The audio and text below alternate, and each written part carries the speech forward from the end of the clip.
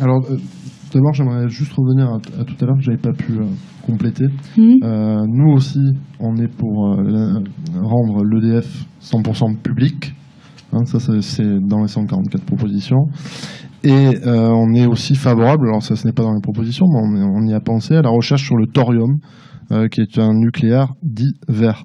Moi, on a besoin de faire de la recherche. En tout cas, je pense qu'il faut toujours faire confiance à la science. Après, peut-être qu'il se trompe, peut-être que ce ne sera pas possible, mais au moins essayer. Si on peut essayer, quand on peut essayer, faire confiance à la science.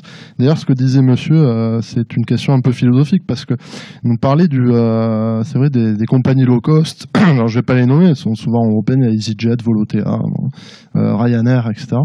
Et les gens qui passent leur week-end dans les capitales européennes, ça c'est une véritable, ça interroge notre époque en fait. C'est qu'est-ce que ça dit de nous?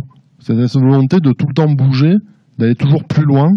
On ne peut pas rester chez soi, on ne peut pas aller voir aussi ce qui nous entoure. Souvent, vous parlez avec des gens, la plupart connaissent mieux, vont mieux connaître Londres ou Berlin que l'Aveyron et le Gers, qui sont juste à côté de chez eux. Oui, donc, sur les transports, qu'est-ce que vous pensez, par exemple, de la proposition de Negawatt de diminuer la vitesse sur les routes de 10-20 km/h, je ne sais plus? Écoutez, alors ça c'est juste...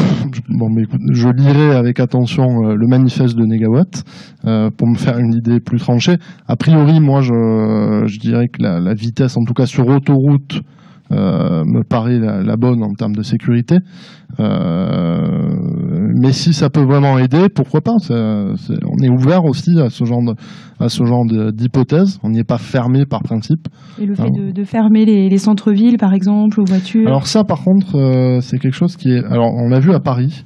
Ça m'a un peu dérangé. Moi, je pense qu'il vaut mieux justement encourager la création d'une filière nationale de véhicules moins polluants et en tout cas encourager à ce qu'ils soient achetés, notamment par des incitations fiscales, continuer là-dedans, que fermer les centres-villes, c'est parce que c'est souvent les banlieusards, souvent les gens qui vont avoir plus de difficultés à se rendre chez eux, donc c'est la double peine quoi, pour certains. À Paris, on a l'impression que c'était un peu interdit aux pauvres, quoi, hein. C'est-à-dire les gens qui avaient les voitures les plus anciennes ne pouvaient pas rentrer. Donc quand c'est comme ça, ça peut un petit peu me déranger. Nous, on va aussi encourager le ferroutage. Ça fait partie de notre plan. Et pour ce que disait monsieur, là, je suis entièrement d'accord. Le train à Toulouse, pour qui a fait Toulouse-Paris ou Toulouse-Lille, c'est infaisable, quoi. C'est-à-dire que c'est 10 heures de train.